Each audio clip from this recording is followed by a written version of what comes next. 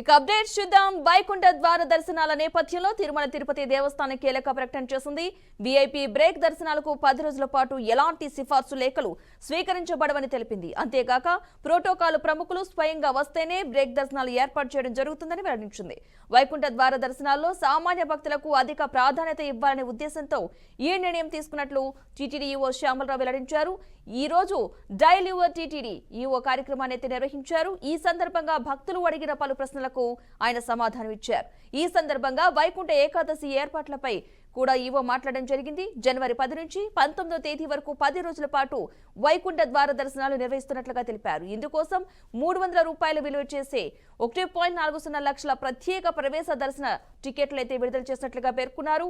జనవరి 8 నుంచి 19వ తేదీ వరకు దాతలకు గదులు కేటాయింపు రద్దు చేస్తున్నట్లుగా ప్రకటించారు. ఇక అలాగే జనవరి 7న ఆలయంలో కోయిల్ అల్వార్ తిరుమంజన నిర్వహిస్తున్నట్లుగా తెలిపారు. నెలలో నమోదైన కొన్ని ముఖ్యమైన విషయాల గురించి ఇన్ఫర్మేషన్. దర్శనాలకు సంబంధించి నవంబర్ నెలలో 20,35,000 మంది దర్శనం చేసుకున్నారు. శ్రీవారిని దర్శించుకున్న భక్తుల సంఖ్య అది. హుండీ కానుకలు 111 కోట్లు. విక్రయించిన లడ్డూల సంఖ్య 97 లక్షలు. అన్నప్రసాదం స్వీకరించిన భక్తుల సంఖ్య 19,74,000. తలనీలాలు సమర్పించిన భక్తుల సంఖ్య 7,31,000.